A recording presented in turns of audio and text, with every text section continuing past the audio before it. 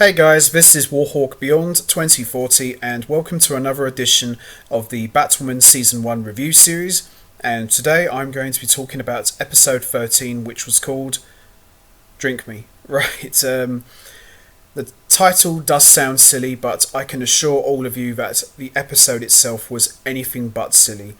This episode was very good, very dark at times, very horror driven, and I found it to be a lot of fun because we saw the live action debut of a very, how shall I put it, unusual character who's only appeared in the comic books and the mainstream, and that is none other than Nocturna. Now, to many hardcore comic book fans who are familiar with that name, Nocturna is a character that appeared in the Batman comics back in issue 363 in 1983. So Nocturna is, just like the name says, she is a vampire, and she's never really appeared in any mainstream or any form of media. I know back in the Batman the Animated Series days there was an idea of bringing Nocturna into the DCAU, but it didn't happen probably because the character is too dark.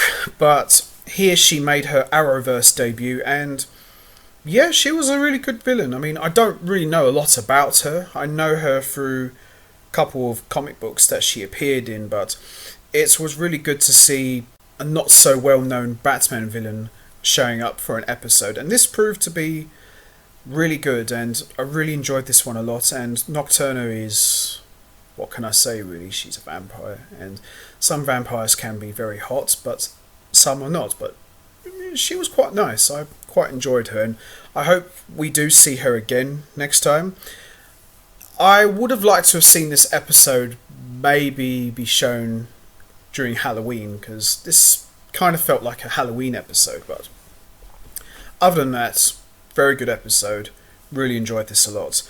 So, as we all know already, we saw at the end of episode 12, we saw Beth Kane get shot, and yeah, it was quite sad. So this episode is more or less trying to deal with the aftermath of Beth Kane getting shot, as Kate, Mary and Luke are trying to figure out who shot her, while also having to deal with the real Alice. So with that all said, let's get right into it. Let's talk about episode 13, called Drink Me. So we see Nocturna, a woman in a mask, seduce a man before biting him in the neck. Ouch. I do like to be bitten by a lady, but not like that. And paralysing him. She strings him up from the ceiling and drains him of all of his blood. Yeah, you know what this kind of reminds me of, just going back on this, kind of reminds me of what Morbius used to do back in the Spider-Man the Animated Series.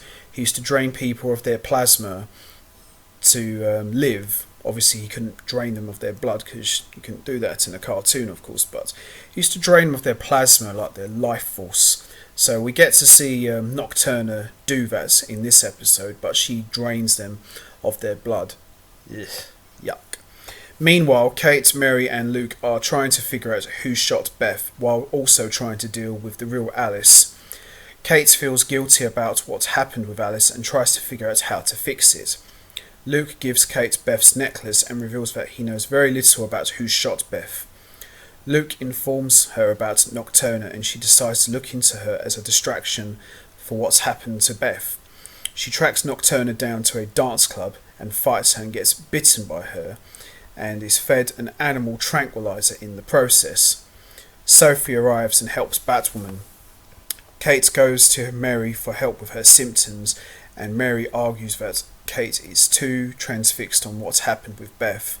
See, I would have liked to have seen, after Kate got bitten, I would have liked to have seen her turn into a vampire, kind of similar to what happened to Terry McGinnis in Season 2 of Batman Beyond, but yeah, that didn't happen, unfortunately. So it is what it is.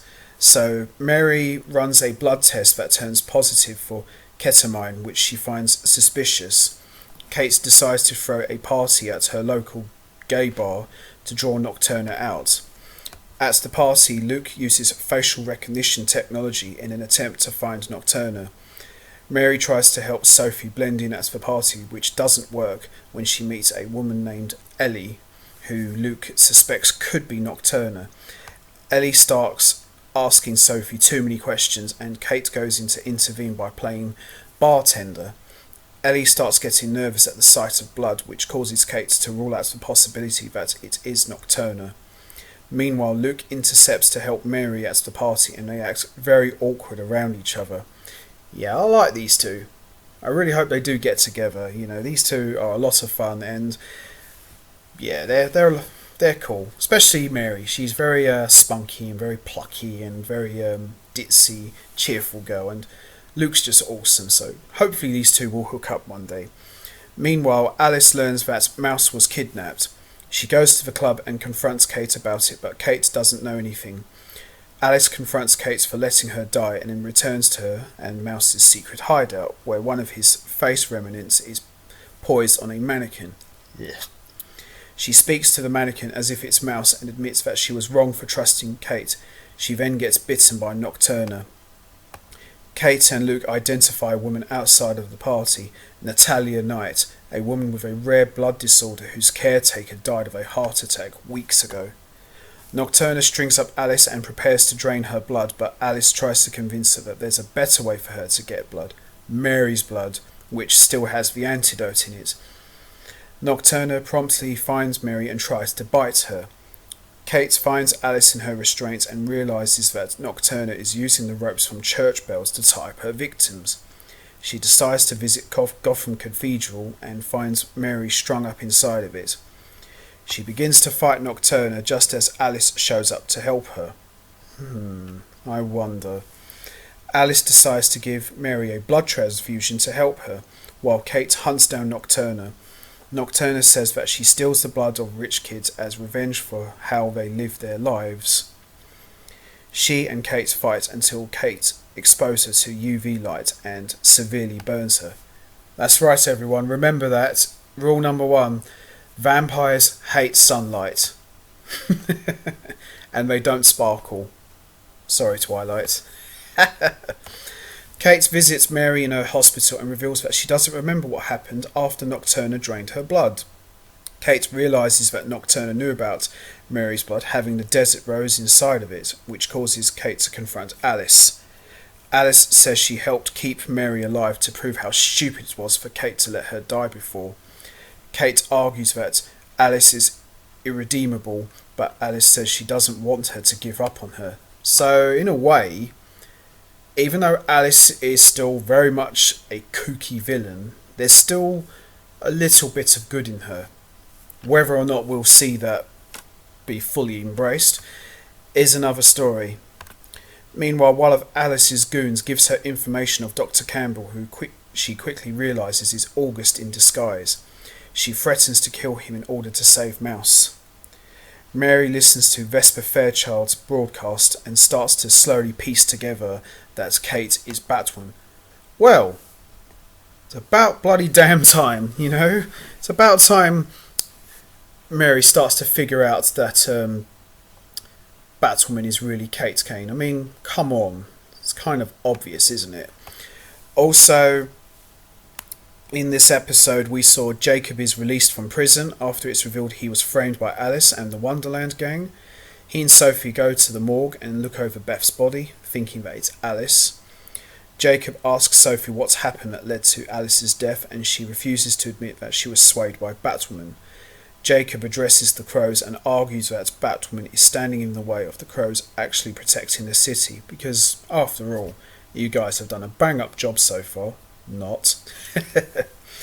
Jacob tells Sophie about the party and asks her to go undercover to find Nocturna. Jacob is later confronted by one of the crows, who says he has confidential information.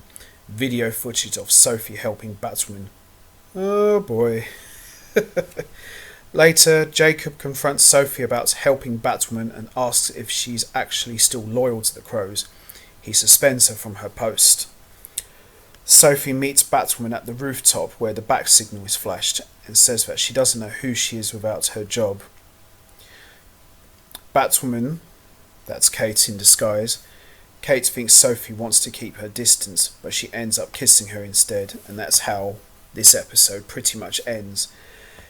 Overall, very good episode, very dark, very horror driven in some areas, but this was a very, very good episode, and I really enjoyed this one a lot.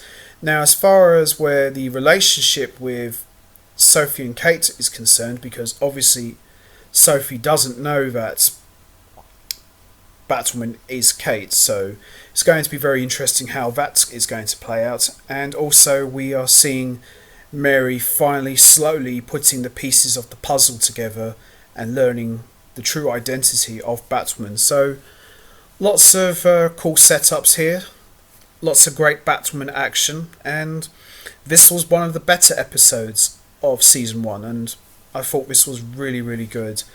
So I'm going to wrap this up now. What did you think of Nocturna's Arrowverse debut? Do you think she was good in it? Would you like to see her come back again? You know what to do, guys. Hit the like button, hit the subscribe button, leave your thoughts and comments down below, and I will see all of you next time for another edition of the Batwoman Season 1 review series. So till then, take care everybody and stay safe.